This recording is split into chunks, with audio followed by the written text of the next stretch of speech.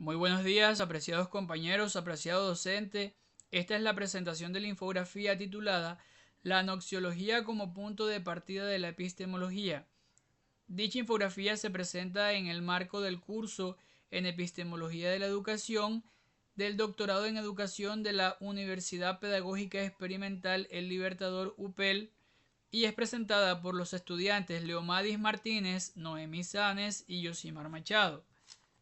En esta presentación se abordará la importancia de la noxiología en la construcción del conocimiento y su relación con la epistemología.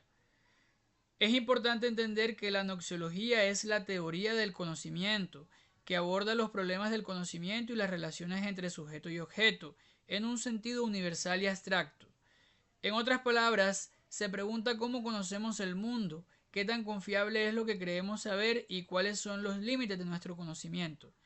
Estas preguntas, aunque parezcan filosóficas, influyen en todo lo que hacemos desde la ciencia hasta la vida cotidiana. ¿Cómo han abordado el conocimiento los grandes filósofos?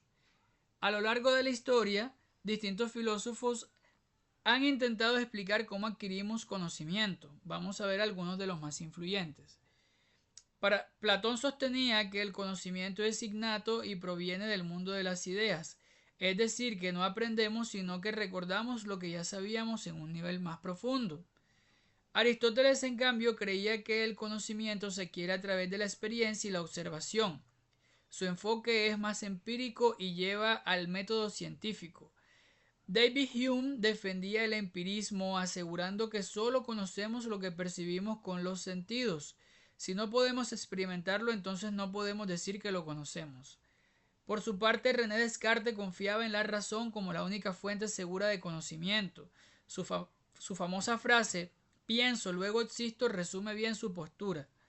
Santo Tomás de Aquino intentó conciliar entre la fe y la razón en la construcción del conocimiento, buscaba un equilibrio entre la teología y la filosofía. Immanuel Kant propuso que la mente estructura la realidad y organiza el conocimiento a partir de categorías previas. Es decir, no conocemos las cosas tal como son, sino como nuestra mente nos permite verlas. George Hegel afirmaba que el conocimiento avanza mediante un proceso dialéctico. Cada idea genera una idea contraria y de ahí surgen nuevos conocimientos. Auguste Comte estableció el positivismo, argumentando que solo el conocimiento científico es válido. Para él, si algo no se podía comprobar con el método científico, simplemente no era conocimiento real. Como se puede ver, cada uno de estos filósofos aportó una perspectiva diferente y muchas de sus ideas siguen influyendo en la forma en que se entiende la educación, la ciencia y la sociedad hoy en día. Y de allí surgen estas preguntas. ¿Podemos conocer la realidad tal como es o es solo lo que percibimos? ¿Existe un método único para llegar a la verdad? ¿Hasta qué punto nuestro conocimiento es confiable? Podemos resumir estas preguntas en cuáles son esos principales problemas de la epistemología. Y pasamos a pensar cómo se estructura el conocimiento. Karl Popper propuso que el conocimiento se desarrolla en tres niveles. En primer lugar está el mundo 1, como él lo definió, el mundo donde está la realidad física, que es todo lo que podemos ver y tocar. Categorizó después el mundo 2, en el cual se encuentra la mente humana y nuestras ideas y pensamientos. Y luego el mundo 3, que es el mundo de la cultura y el conocimiento acumulado, donde se encuentran las artes y las ciencias, por ejemplo. Esto significa que no solo existe un mundo material, sino también el mundo de las ideas y el conocimiento colectivo que va más allá de lo individual. Si se piensa bien, todo lo que aprendemos en la escuela o en la universidad pertenece al mundo 3, un conjunto de ideas y conocimientos que han sido acumulados por generaciones. Y asimismo, pensando en cómo se estructura el conocimiento, vemos que existen diferentes tipos de conocimiento, como por ejemplo las ciencias formales, como la lógica y las matemáticas que trabajan con estructuras abstractas, las ciencias empíricas, como la física y la biología, que dependen de la observación y la experimentación, las ciencias sociales, como la sociología y la psicología, que estudian a la sociedad y el comportamiento humano. y podemos hablar ahora un poco de la epistemología y la lógica. Ahora que se entiende mejor qué es el conocimiento y cómo se estructura, cómo se valida y se analiza dentro de la ciencia, veamos la definición de epistemología y lógica. La epistemología es el tratado de la ciencia que estudia los elementos que contribuyen a la adquisición del conocimiento, investigando sus fundamentos, sus limitaciones, procedimientos y validez. La lógica, por su parte, en el ámbito de la investigación científica es un conjunto de suposiciones y conjeturas más que un sistema rígido que puede establecerse de manera definitiva. Es decir, más que reglas inamovibles, la lógica da herramientas para construir argumentos sólidos y estructurados. Encontramos que están también dos tipos de lógica. La lógica inductiva, la cual se basa en la observación de hechos particulares para llegar a principios generales, se vincula con la tradición aristotélica y el método experimental. En otras palabras, primero se observan patrones en la realidad y luego se formulan conclusiones generales. A su vez está la lógica deductiva, la cual parte de principios generales para llegar a conclusiones particulares.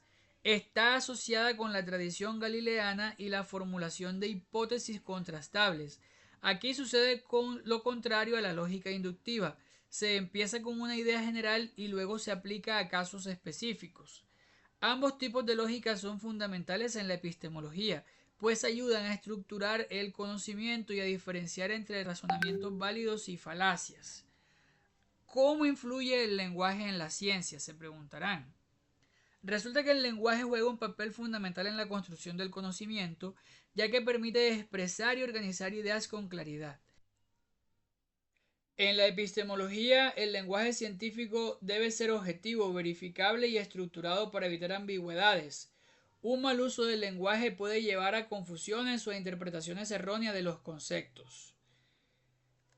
Aportes que la lógica ha hecho a la epistemología. Según Karl Popper, una teoría científica es sólo científica si puede ser refutada mediante la observación y la experimentación, a lo que conocemos como la falsabilidad de Popper. Tenemos también la narrativa científica, que dice que en las ciencias sociales el conocimiento se construye a partir del análisis de relatos, experiencias y contextos históricos. Para concluir, podemos decir que después de que se ha explorado la noxiología, la epistemología y la lógica, se puede entender mejor cómo se construye el conocimiento y por qué es tan importante la ciencia.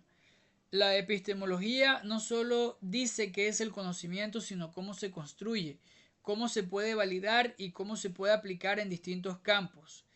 Tener claridad sobre estos conceptos ayuda a investigar con mayor profundidad y a construir un conocimiento más sólido y confiable. En la investigación y en la educación, comprender la epistemología permite mejorar la forma en que se enseña y se aprende, ayuda a cuestionar lo que se da por sentado, a explorar nuevas perspectivas y a encontrar soluciones más efectivas a los problemas que se enfrentan en distintos ámbitos del conocimiento. El estudio de la epistemología también ayuda a reconocer la importancia de la interdisciplinariedad. Hoy en día, los problemas complejos requieren enfoques desde distintas disciplinas.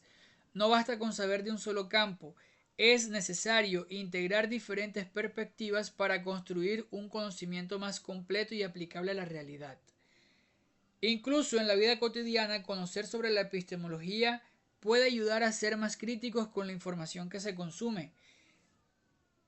Es importante entender que cada vez hay más noticias falsas y desinformación. Por lo tanto, la capacidad de analizar la validez de una fuente o un argumento es más importante que nunca.